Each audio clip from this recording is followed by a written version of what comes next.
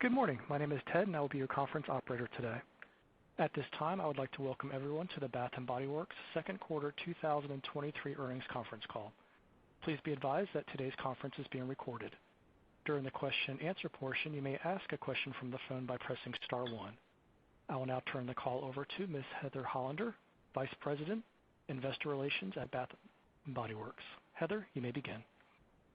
Thank you. Good morning, and welcome to Bath & Body Works second quarter 2023 earnings conference call. Today's call may contain forward-looking statements related to future events and expectations. Please refer to this morning's press release and the risk factors in Bath & Body Works 2022 Form 10-K for factors that could cause the actual results to differ materially from these forward-looking statements. Today's call contains certain non-GAAP financial measures. Please refer to this morning's press release and supplemental materials for important disclosures regarding such measures, including reconciliations to the most comparable GAAP financial measure. Joining me on the call today are Gina Boswell, Chief Executive Officer, Julie Rosen, President, Retail, and Eva Boratto, Chief Financial Officer. I'll now turn the call over to Gina. Thank you, Heather, and good morning, everyone. Thank you for joining us today. Before I discuss our performance and progress in the quarter, I'd like to thank our teams for consistently delivering terrific service to our customers, remaining agile in a dynamic environment, and executing on our strategic initiatives. We're also very pleased to have welcomed Eva Boratto as Bath & Body Works' new CFO at the beginning of this month. She is a seasoned executive with over 3 decades of financial, operational, and retail experience, and she's already hit the ground running. You'll, of course, hear from Eva on today's call. Now, moving on to our second quarter results. Net sales were in line with our expectations, declining 3.6% compared to the prior year. Adjusted diluted earnings per share of 40 cents were better than planned, with the majority of the outperformance driven by the benefits of our cost optimization initiatives, increased average unit retails, or AURs, and improved merchandise margin. In fact, year-over-year merchandise margin rate increased modestly for the first time in 9 quarters. I continue to be very pleased with our team's ability to drive efficiency in the business while building the capabilities to drive future growth. In the second quarter, we once again showcased our exceptional innovation capabilities. With the completed rollout of our new hand soaps, all of which are formulated without parabens, sulfates, and dyes, continued delivery of newness through our gingham fragrance collection, the addition of grooming to our men's offering, the successful limited launch of our new fragrant hair care line in July, which has received a very positive response from our customers, and finally, the launch of hand soap refill cartons in July, providing our customers with a convenient, sustainable solution. We were also pleased with our Mother's Day results and executed well in our June semi-annual sale, delivering merchandise margin rates above our expectations. From a category perspective in the second quarter, our body care sales increased versus the prior year. Home fragrance and soaps and sanitizer sales declined, as expected, driven by post-pandemic normalization. Importantly, year-to-date, we've increased unit share across these product categories. As expected, we continue to see some pressure on basket size during the quarter. To be clear, we aren't seeing any trade down in our business, but we've observed that the customer is carefully managing their spending against the backdrop of a challenging macroeconomic environment.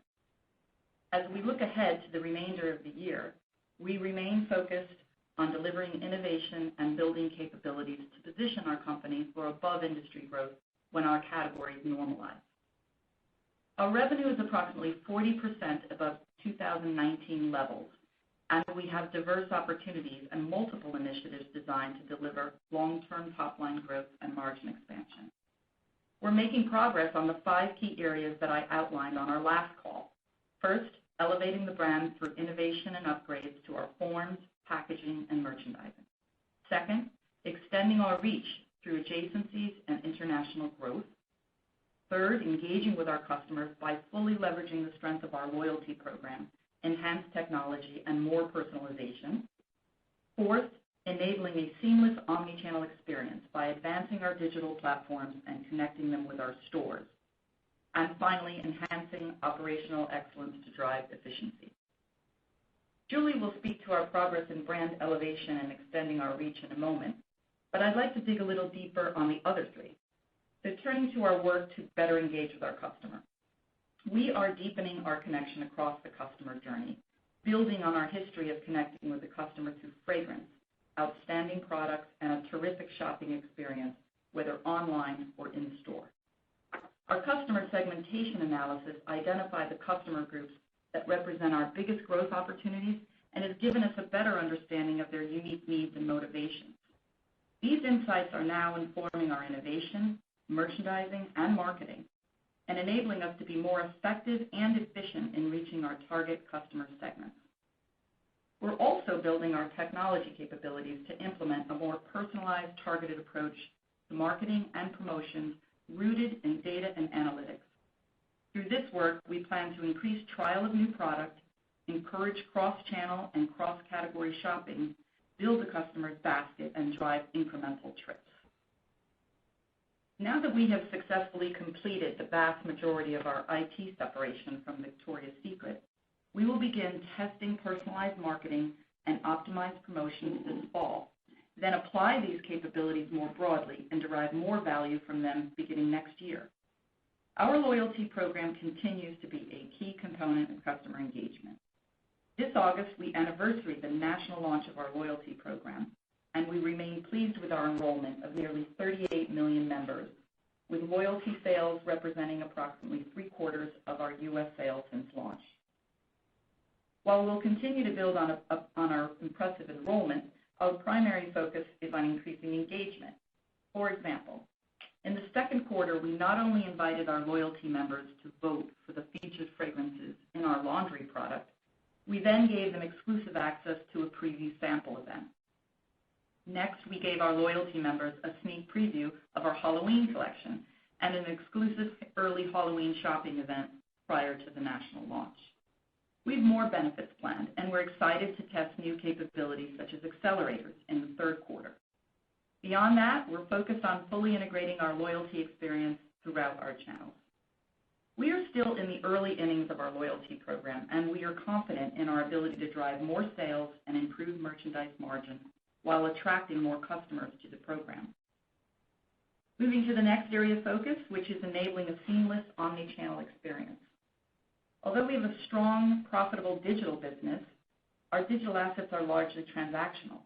As we move to more experiential integrated platforms, we plan to drive higher sales, more discovery, and larger baskets through personalized landing pages, immersive content, and product recommendations. In the second quarter, we introduced personalized recommendations on our website and mobile app. This month, we'll begin to deliver personalized email content.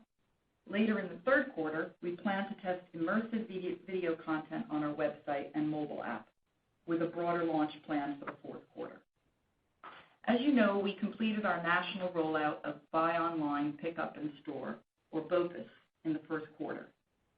BOPIS orders increased 25% in the second quarter, as customers are increasingly choosing this convenient option. And approximately 30% of BOPIS customers made an additional purchase in store when they picked up their order, which is a testament to the power of the outstanding in-store experience delivered by our talented associates, iconic fragrances, and compelling assortment. Delivering a seamless omni-channel experience will allow us to convert more single-channel customers to dual-channel customers, which on average increases spend threefold. Finally, we are enhancing operational excellence and efficiency through $200 million of planned annual cost savings across the company. We are on track to deliver approximately $150 million of those savings in 2023, and Eva will share additional details on our plans for the second half of the year shortly. Eva will also provide an update to our fiscal 2023 guidance, which reflects our bottom line outperformance in the second quarter and sales expectations for the second half of the year. As I touched on earlier, the customer has been cautious in managing their spending amidst a softer macroeconomic backdrop. However, they are still responding to newness, innovation, and our compelling seasonal events.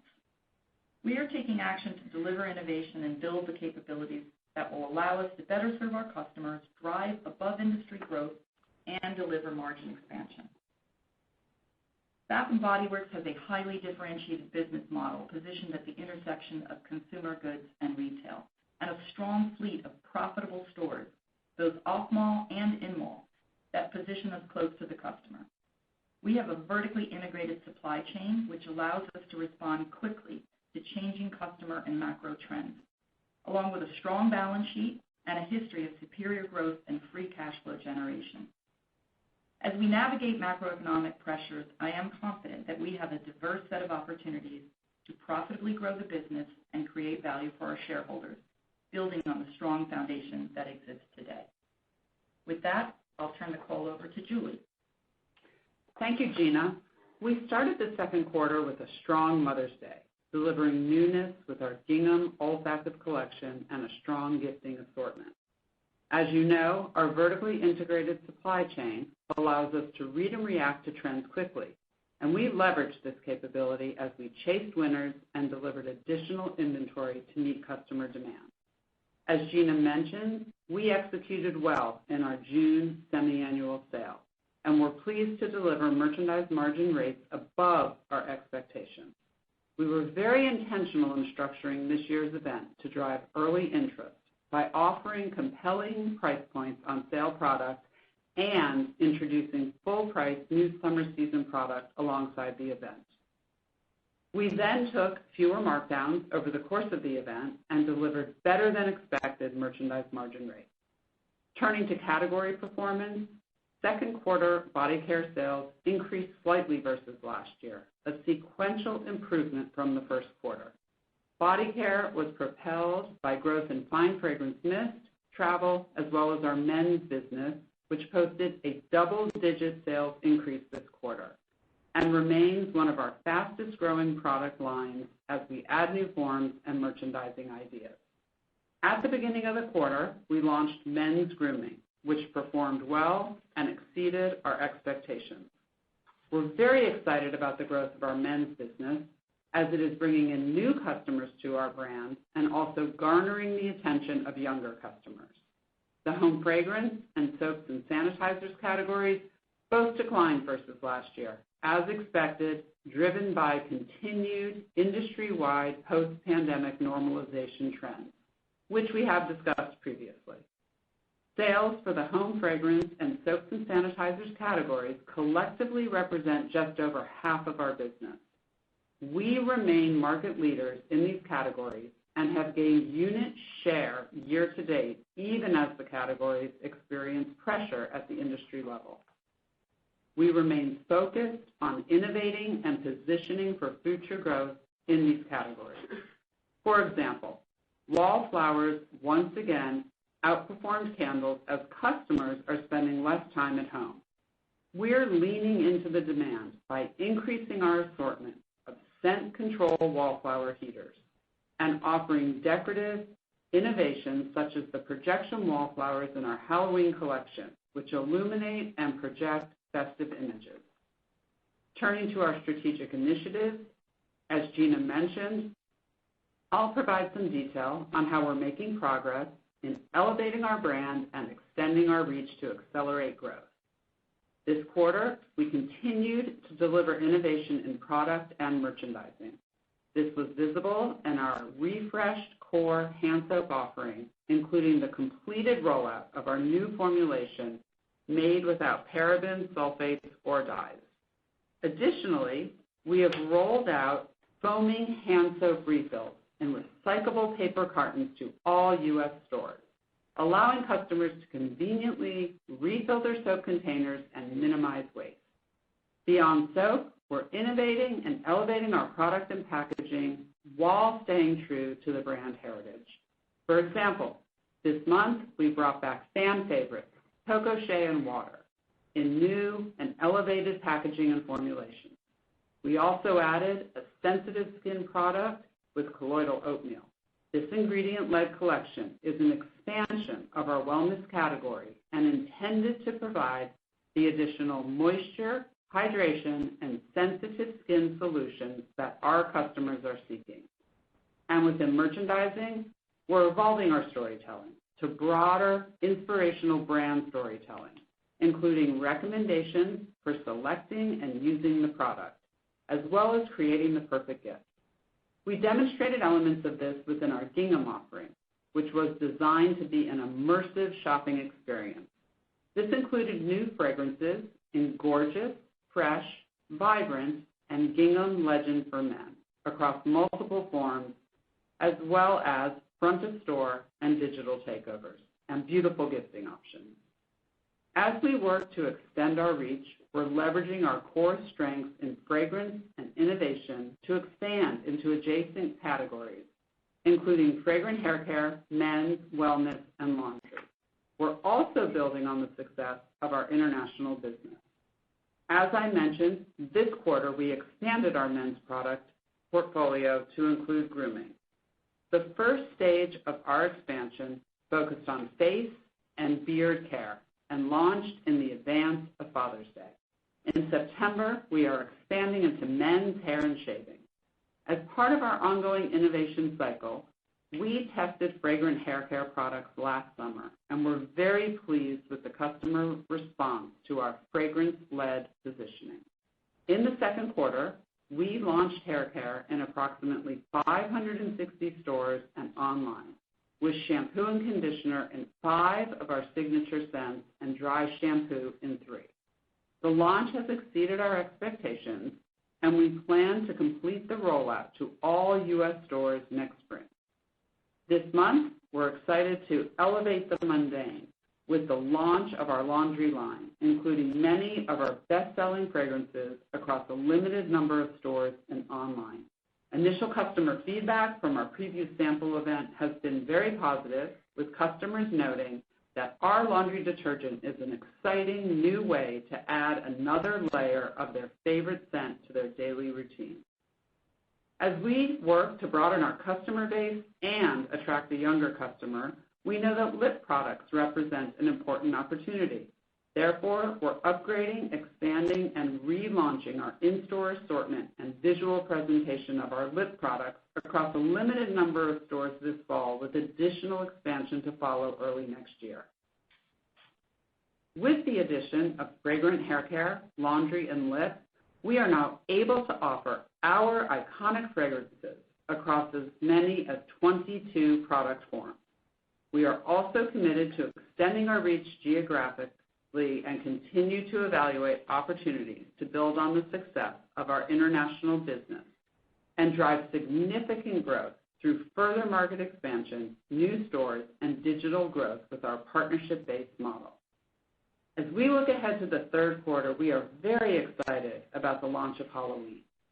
We launched Halloween 1 week later this year to better align with the customer mindset.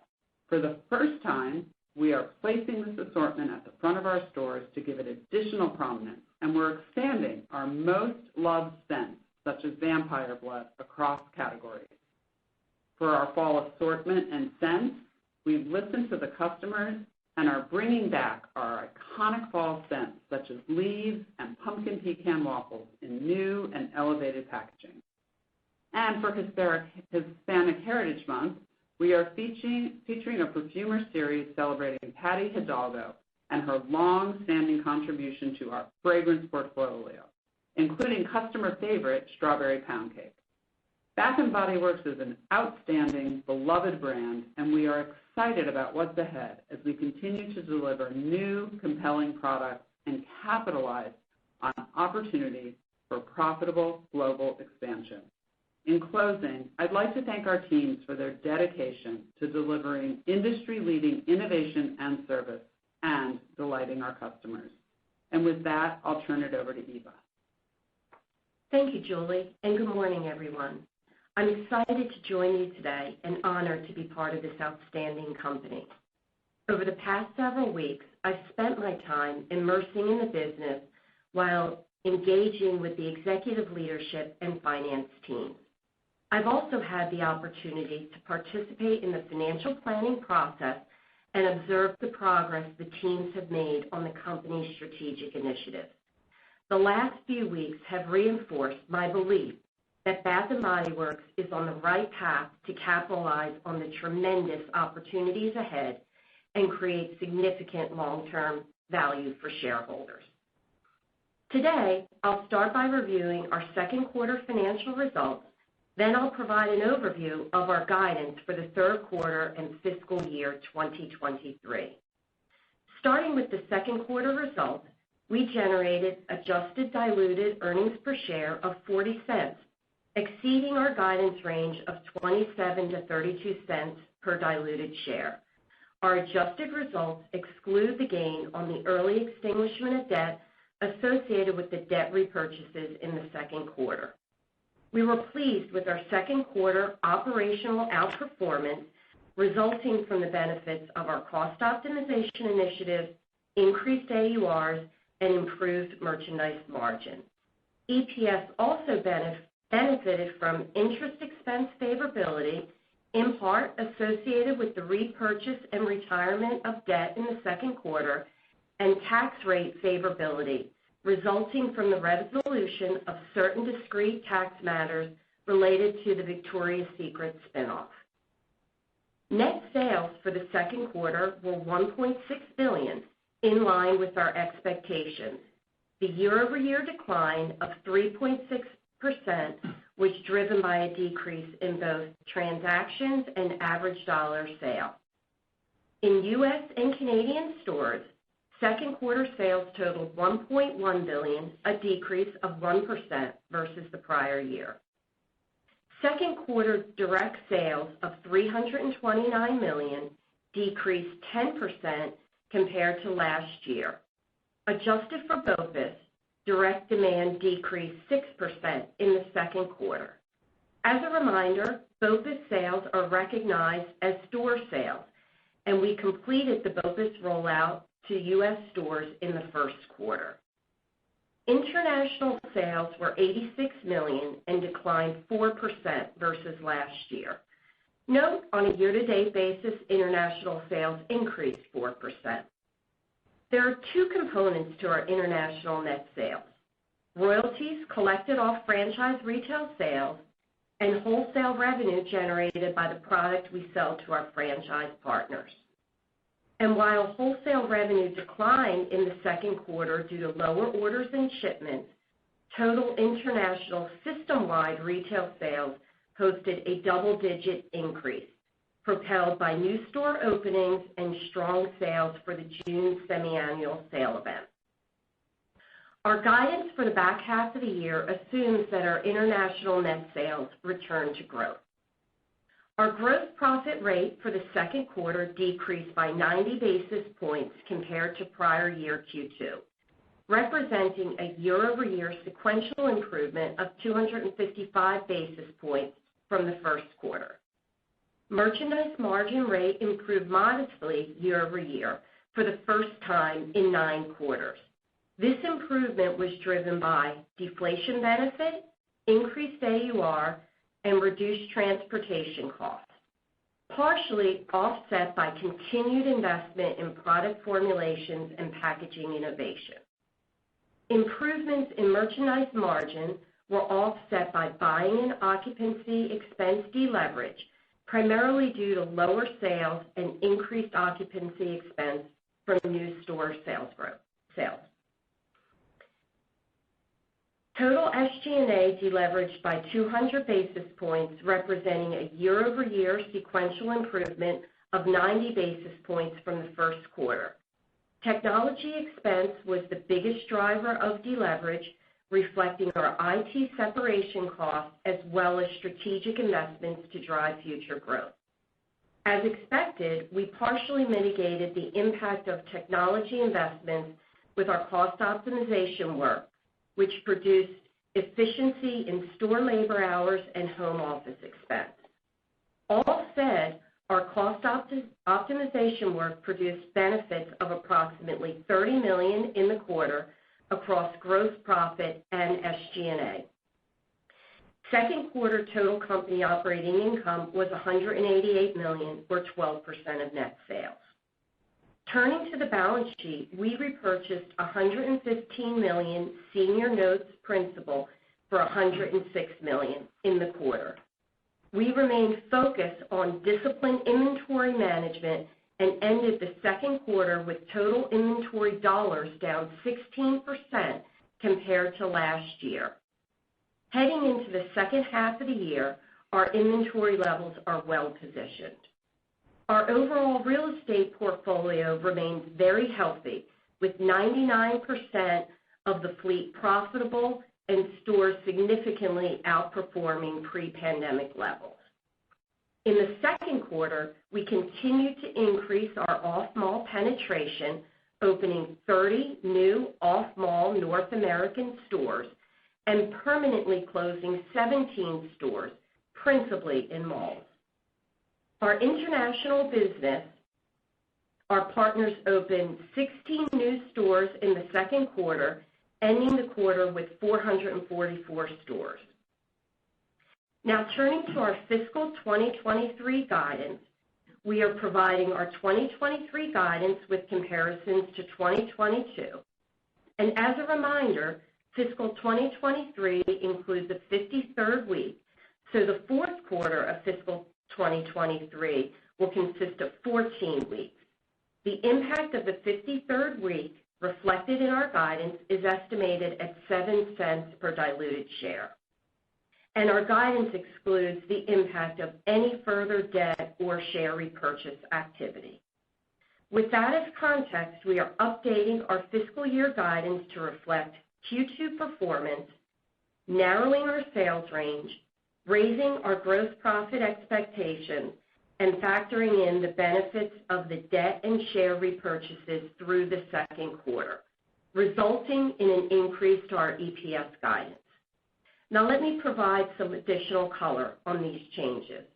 For the full year, we now expect sales declines of 1.5 to 3.5%, reflecting our year-to-date performance, continued macroeconomic uncertainty, judicious consumer spending, and post-pandemic category normalization across the industry. For the first 2 quarters of the year, our sales were in line with the midpoint of our projections. Factoring in year-to-date performance and improved visibility, we are narrowing our sales range around the midpoint of our prior guidance. The company is very adept at quickly reading and responding to changing business trends, and we plan to leverage that agility to chase demand and maximize sales. We are enhancing our operational excellence and efficiency and plan to deliver approximately $100 million in cost savings in the second half of the year. Approximately 30% of the savings are related to reduced transportation expense, with the remainder reflecting other benefits of our program, including efficiency in store labor and selling productivity as we better align staffing hours to traffic, reduced expense as we optimize our call center, home office expense efficiency, and decreased indirect spend. Gross margin exceeded our expectations in the first half of the year, and we are now raising our forecast for the full year gross margin rate to approximately 43%. We continue to expect year-over-year merchandise margin rate to improve in the second half of the year, supported by greater deflation benefits and efficiency produced from our cost optimization work. These benefits are partially offset by investments in formulation and packaging upgrades to reinforce our competitive position.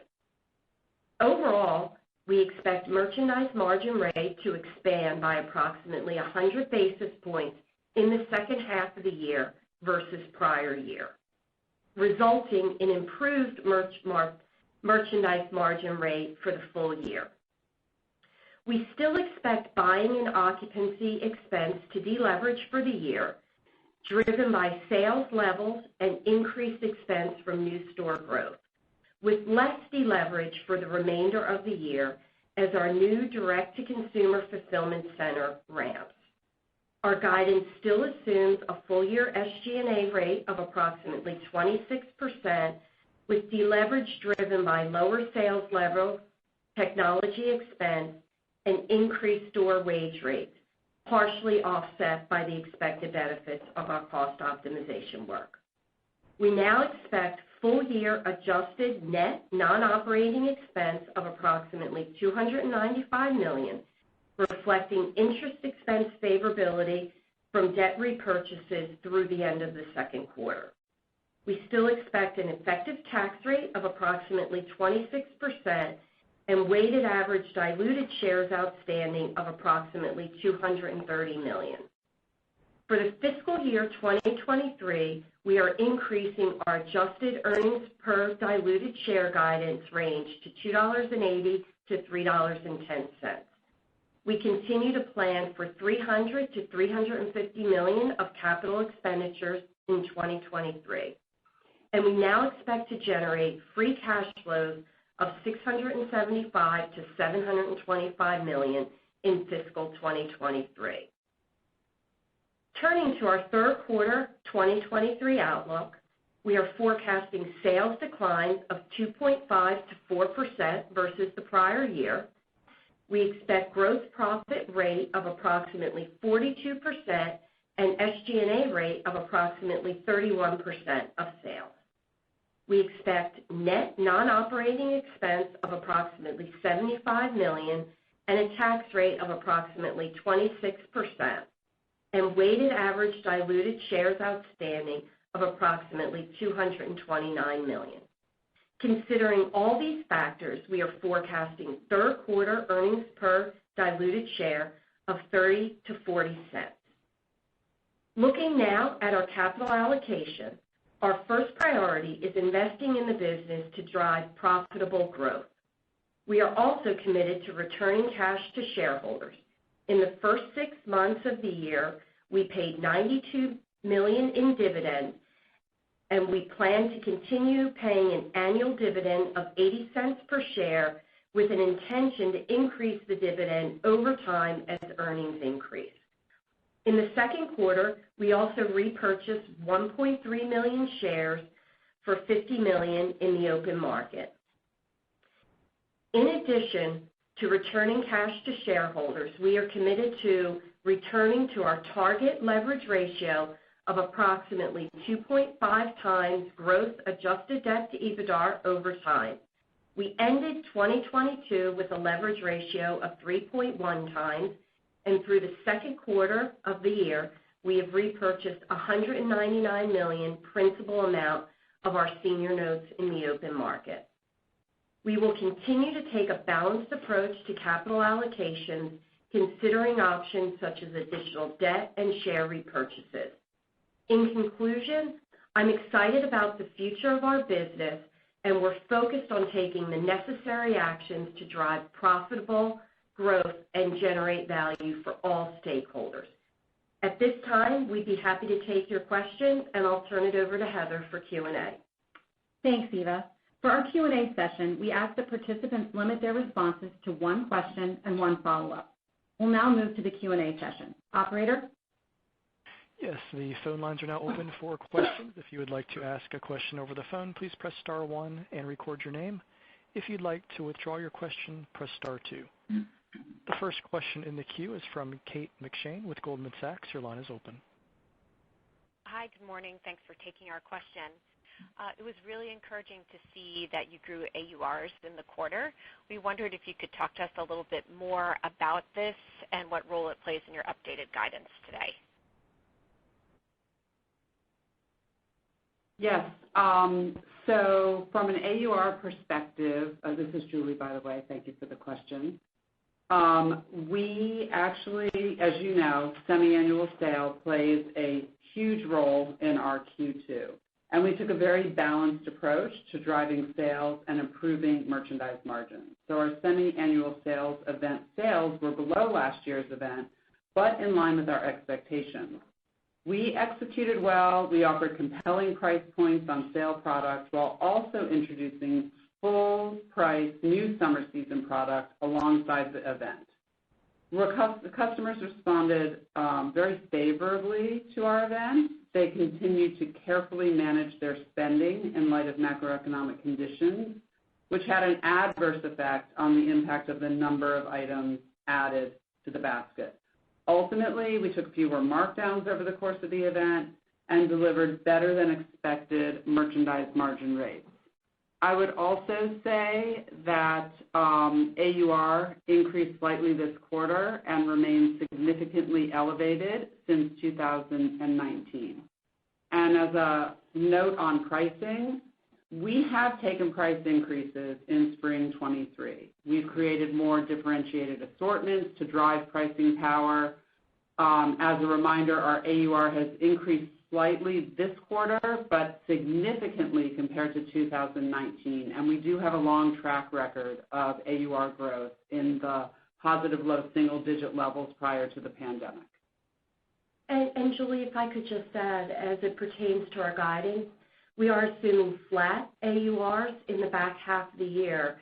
And we'll continue to test for opportunities to increase AURs, as Julie has just explained, and expand margin through more data-driven targeted marketing efforts.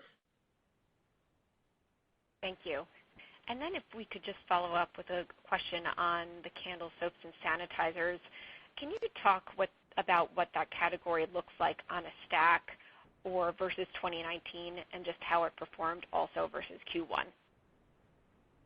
Yes, thank you for that question. So though the home fragrance and soaps and sanitizers categories are normalizing post-pandemic, we have gained unit share year to date, and we are a market leader in these categories and plan to build on that position.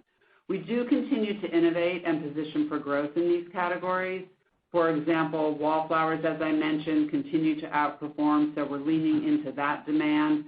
We also recently refreshed our core soap offering, including the completed rollout of our new formulation made without parabens, sulfates, and dyes, and additionally rolled out our foaming hand soaps in recyclable cartons. So we are absolutely focused on our core businesses and innovating in them to drive growth.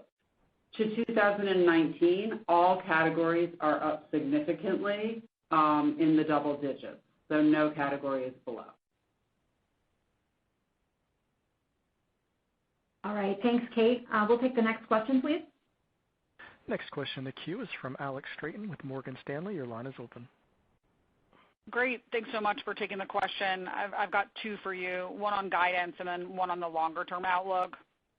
So on guidance, it seems like the full year update implies a deceleration in quarter-over growth in the fourth quarter, and I think a little bit lower sales than prior. So what's driving that more conservative view on the fourth quarter? And then secondly, on the long term, I know you guys have that 20% EBIT margin target out there. What do you view as the key factors holding you below that rate right now? And how do you think about the timeline to getting back to that goal in the future? Thanks a lot. Alex, this is Eva. I'll start with your question as it pertains to the Q4 guidance. As you look at our back half of the year guidance first, right, and our full year guidance, what we've done is we've narrowed our sales range to the midpoint of what we had previously provided. And that really reflects our performance that we've seen in the first two quarters that were in line with our performance. And it also reflects the cautious consumer. And while we haven't seen trade downs in our business, we are seeing the consumer be more thoughtful at the overall basket size. So as we have this visibility, there's a lot of macro uncertainty. That's how we thought about the top line in the back half of the year. And as it relates, it's Gina, as it relates to your question around the 20% operating income margin long term, there's a few things. We feel very comfortable that as a long-term target, that's the right one. 20% is the best-in-class operating income rate for our sector. And we don't want to limit ourselves to 20%, but we do think that that number over time best balances the investment in the business, to drive future growth while maximizing shareholder return. Clearly, in the last couple of years, there have been, step function increases in input costs and labor, and certain parts of our business, like technology, they require additional investments to fuel our growth. And those are very important as we evolve our marketing program, our loyalty, and our omni-channel. But I'm pleased with the track that we have on our initiatives. I'm pleased with what we expect in terms of margin recovery and a very disciplined approach to expenses. So very comfortable with that. Thanks a lot. All right, thanks, Alex. We'll take the next question. Next question is from Ike Borschow with Wells Fargo. Your line is open. Hey, good morning, everyone. I guess I wanted to ask a question around costs and your AUC, more so into next year. Can you comment about some of your key raw materials, primarily soy, what those costs look like today, how they should flow into the P&L come next year? Just curious for some high-level thoughts over the next 12 months there. Thanks. Hi, Ike. This is Eva Barato. From a deflation perspective, we experienced about $20 million of deflation in the Q2, and we expect $30 million in Q3. We expect that benefit to increase throughout the remainder of this year. As you look at raw materials, I'll just add a few comments. Overall, we did see most prices peak in 2022 with expected deflation in 2023. Wax has been an outlier with significant price volatility up and down year to date. We saw a spike in soy over the past 60 days with some concerns over dry weather impacting the crop. We've seen an impact being smoothed via commodity risk mitigation processes, and I think they're the key things that I would highlight. I think it's premature to comment on what we expect in 2024, and we'll certainly come back as we're ready to provide our 24 outlook. Great. Thank you. All right, thanks, Ike. Next question, please. Next question is from Dana Telsey with the Telsey Group. Your line is open. Hi, good morning, everyone. As you think about the new products that you're introducing, Julie, and what the gross margins could look like on some of the new products, is there any difference from the core gross margin to the business overall? And then the loyalty members, any more color on the loyalty members and their acceptance of the new products and what statistics you're looking to hit for loyalty members by the end of the year? And then just lastly, on the off-mall stores, anything you're seeing at all in terms of productivity rates, anything with what we've heard with organized crime and shrink and what you're doing? Thank you. Thanks, Dana. Nice to hear your voice. So starting with the new products, we have launched a lot of adjacencies that we are starting to test, optimize, and roll. So I just want to review them very quickly, and then I'll talk to your margin question about them. So in men's, as you know, in the second quarter, we successfully launched men's grooming, and in September, we're following with men's hair and shave. We continue to focus on APDO as it is the number one form in the men's market. And men's continues to be our fastest growing category in body care. The men's margin is commensurate with the shop, so we're very excited about that. Fragrant hair care in the second quarter was launched to 560 stores and online in July, and the launch has exceeded our expectations, and we expect to complete that rollout to all stores next spring. We also have lip as we work to broaden our customer base and attract a younger customer. We're upgrading, we're expanding, and we're relaunching our in-store assortment and visual presentation of our lip products across a limited number of stores in the third quarter. Additional expansion will happen next year. And then finally, of course, there's laundry, which we are very excited about to be launching this month across a limited number of stores and online. So initial customer feedback from our preview sample event has been very positive, with customers noting that our laundry detergent is an exciting way to add another layer of their favorite scent to their daily routine. So some of those adjacencies are commensurate with shops from a margin perspective. Others are not quite there yet, but we have a long-standing history here at Bath & Body Works, as you've seen with Wallflowers and 3-Wick over the years, that with scale, we have no doubt that we will get there. So I will skip to the shrink question, if that's okay, and then I will have Gina come back to your loyalty question, if that works. So as is the case with other retailers, we have seen external pressures adversely impacting our shrink rates, and it has gotten worse this year. That being said, the impact has been factored into our guidance, and we are working with our stores, with government and community partners to achieve lower loss rates over time. So I'll let Gina talk to loyalty. Thank you. So loyalty is, as you know, we're very proud of one of the best rollouts in Bath & Body Works history in terms of the enrollment speeds, among the fastest in the industry. So we're very pleased with the enrollment to date. And as I mentioned, we are early stages of deriving the value from the program, but some of the things that Julie had mentioned in terms of the previews that we've used, whether it's the laundry or the sneak preview of Halloween, we absolutely use the loyalty platform in ways to build the excitement around some of the launches. And we will continue to do that. The benefits that we have planned going forward on new capabilities like accelerators, which you may have seen in other programs, that's happening in the third quarter, so that's sort of on the come. And then this month, we have our first annual member appreciation event because we're celebrating the 1-year anniversary. So you'll be seeing a lot of surprise and delight product drops. You'll see first looks, exclusive offers to reward our loyal customers. So lots going on in loyalty, and with the 38 million members strong, that's a lot to work with. So we're excited on the go forward there. And I think you may have had a question around off-mall as well. And actually we're quite pleased. Julie can chime back in, but we're quite pleased with the traffic, both in-mall and off-mall.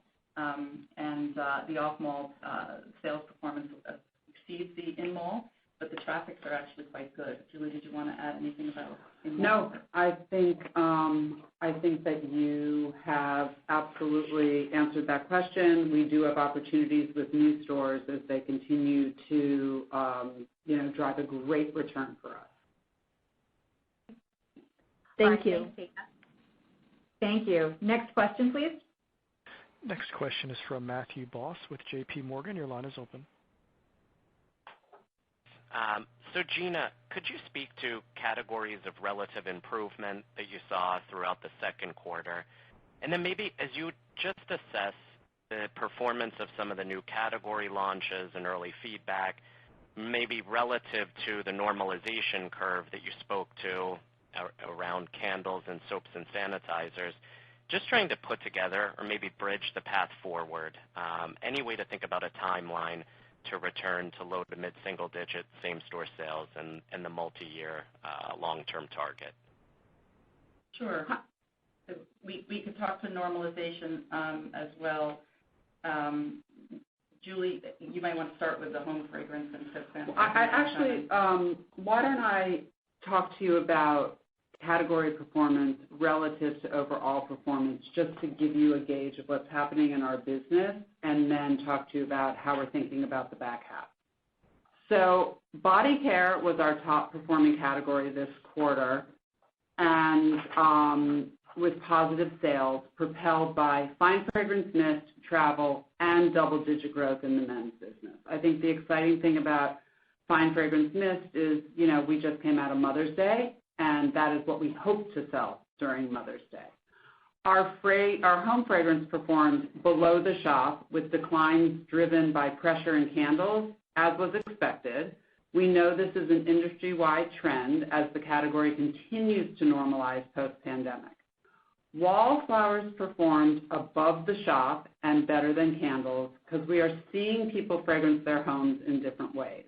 I do want to mention we are still the market leader in this category, and we continue to gain unit share versus mass, even as the category experiences broader pressure. And then from a soaps and sanitizers perspective, just tearing those apart, I just want you to know that soaps performed in line with shop. We completed our rollout, as I said, of our new formulations, as well as our new foaming hand soap refills. It was sanitizers that performed well below shop as that category continues to normalize, and this is a broader industry issue, and we continue to gain unit share versus mass in both soaps and sanitizers. So our back half is really assuming similar trends, and we're not really speaking to 24 right now, Matt. Yeah, Matt, thank you for the question. I was only going to say that we're not speaking to 24. We did see normalization. We have baked in continued normalization into the back half of the year, and as well as the macro pressures too. Our intent and our strategies that we undertake are absolutely building the capabilities to build above industry growth going forward. We're pleased with gaining unit share in the categories that we have as they decline. And quite frankly, we're leaning into some of the pandemic trends that we believe will endure, right? So there's areas like wellness and self-care. We can have categories contract, but we can take our fair share or more, and then hang on to the ones that sort of we can grow further from there. And given our track record, I feel comfortable that we'll continue to do that, gaining market share and building the capabilities for future growth so that when our categories normalize and our macroeconomic backdrop improves, we will have the customer. They're frequent, as you know, they come in, they're replenished, and that's why, from a personal perspective, I think unit share is a wonderful way to measure our performance. Helpful color. Best of luck. Thank you. Thank you. Thanks, Matt. Next question, please. Yes, the next question is from Lorraine Hutchinson with Bank of America. Your line is open. Thank you. Good morning. The new guidance implies a nice year-over-year improvement in the fourth quarter gross margin. Can you talk about your expectations for the promotional environment over holiday and also the sustainability of these gains into next year? Thank you. So, hi, Lorraine. It's Julie. From a promotional perspective, we are actually looking at promotions being in line with last year. As you know and have seen, we are incredibly, incredibly agile in our promos. So when we need to add something in, we do, and when we need to pull something out, we do. So we see it actually in line. Lorraine, this is Eva. I'll add a little more color on the back half of the year trends and sequentially Q3, Q4, how we're looking at things. So as you look at the back half of the year, as you mentioned, we're seeing margin improvement, and that's coming from a few places. One, our Q3 and Q4 merch margin, both quarters we expect to improve 100 basis points versus LY due to our continued efforts around supply as well as price. We are also getting a benefit as our B&O deleverage improves, particularly in Q4. It's a greater impact in Q4. Obviously, we get the ramp of the sales line, but also the ramp of our new customer fulfillment center as that ramps through the period. Finally, I'll say our SG&A deleverage improves in the back half and sequentially Q3 to Q4. Again, a sales increase, greater impact from our cost optimization. And Q3 has elevated costs related to staffing and the seasonality of our business that we experience each year. So hopefully that provides you some additional color there. And in terms of durability, while we're not commenting to 2024 here today, right, from our cost initiatives, we continue to target $200 million of annual cost savings, and we'll continue to strive to achieve more. We are focused on our margins, reducing costs, but also driving the top line. Thank you. Thanks, Lorraine. We're ready for the next question, please. Next question is from Adrienne Yih with Barclays. Your line is open. Great. Congratulations on the progress. Very nice to see the merch margins. So I guess I'll start there with the merch margin. First time it's up in 9 quarters. So can you talk about, Ava, I think this is for you, can you talk about that merchandise margin relative to pre-pandemic? And then Gina, I'd really like to see the new packaging and the elevation in Julie as well. Can you talk about sort of, how you think about weaning the business off of some of these promos that kind of come out, semi-annual, et cetera, as you make your way toward kind of a more elevated product in particular categories, and how you think about price, further price appreciation, price taking in that higher elevated category. Thank you very much. Yeah, so I'll start, Adriana, with the merch margin since pre-pandemic. It is still down slightly from pre-pandemic, given the inflation that we've experienced over the last couple of years. Yeah, and your question around when can we expect, I think everybody's clear on our strategies around how we elevate the brand and the product and the way we have been, and I think Julie explained well in terms of what we did with semi-annual sale, right, to sort of have the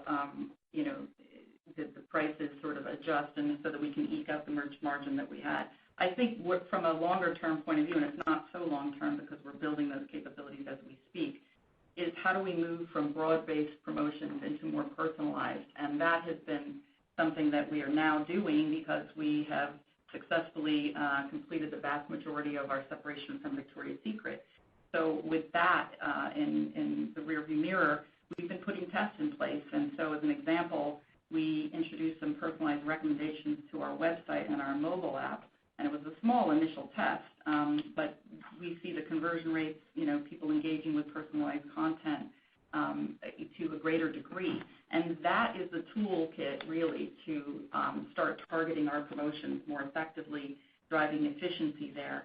And we'll start to see those, for sure, in the quarters that follow.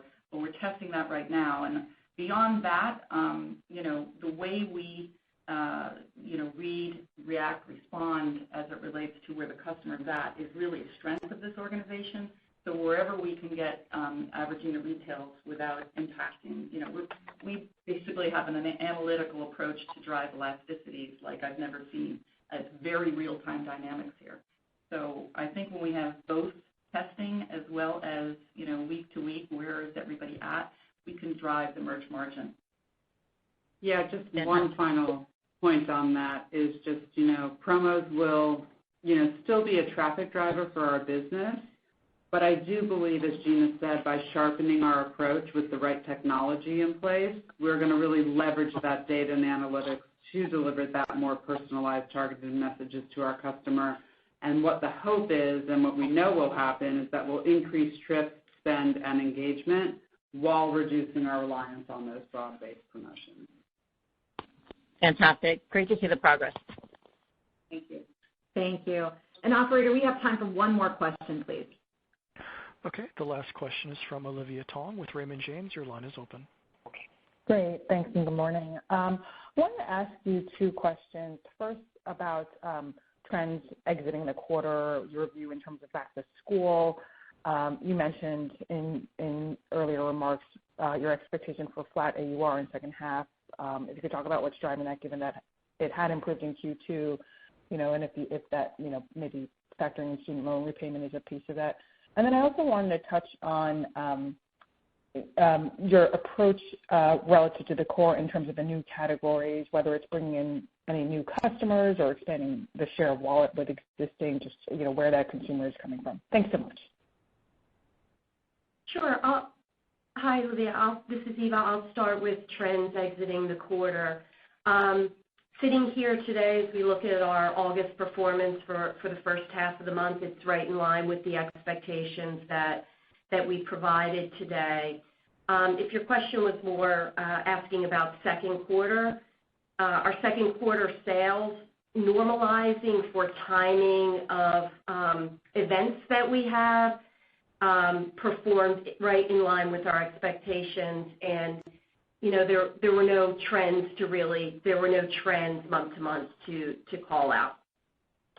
As far as customers go, Olivia, we do know from the data that men's is bringing in new customers and more customers who identify as male, and those customers also skew younger. We know that from our data. The other thing we are starting to see, but these are early stages, is that our lip product is also engaging a younger customer.